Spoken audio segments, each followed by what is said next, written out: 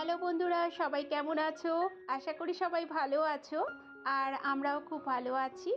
এটা ছিল বুধবার দিনের। সেদিন মিষ্টির বাবার ছুটি ছিল আর ও বাজারে গেছিল। আর আমি পুজো টুজো দিয়ে সকালবেলা টিফিন খাওয়া হয়ে গেছিলো। পুজো টুজো দিয়ে এখন রান্নায় যাব।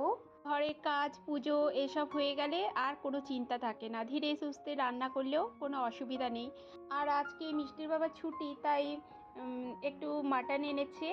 মাটনটা আমাদের ঘরে প্রায় এক মাসের উপরে হয়ে গেছে মাটনটা আনা হয়নি, কারণ শ্রাবণ মাস চলছিল, চিকেন মাটনটা আসছিল না আমাদের ঘরে, তো খাইনি আমরা। আর এতদিন পরে এনেছে, ওই জন্য ভাবছি আজকে বেশি রিচ করে রান্না করব না, একদম হালকা পাতলা ঝোল ঝোল করে রান্না করব। আর রান্নাটা করব কুকারে।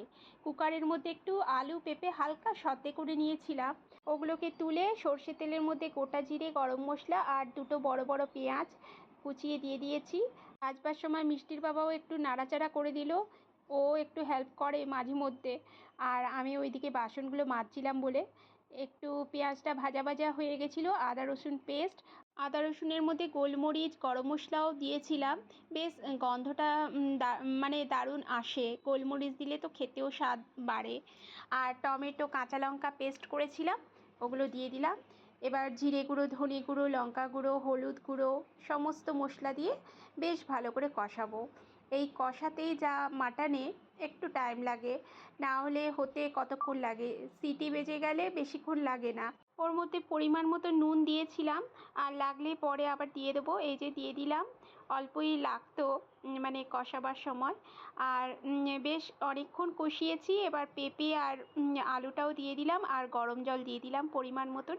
একটু ঝোল ঝোল করব, একটু ঝোল ঝোল না, মাটনের ঝোলটাই বেশি খেতে ভালো লাগে।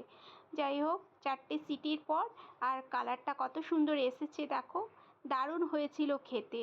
আর পেঁপেগুলো আমি সবসময় একটু বড় বড় রাখি, পেঁপেটা খেতে বেশ ভালো লাগে মাটনে। আর হয়ে গেছে, এবার মিষ্টির বাবাকে খেতে দিয়ে দেবো।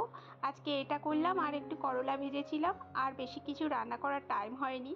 এই যে মিষ্টির বাবাকে দিয়ে দিয়েছি, এবার আমিও বসে যাব। ভিডিওটা কেমন লাগলো অবশ্যই জানিও।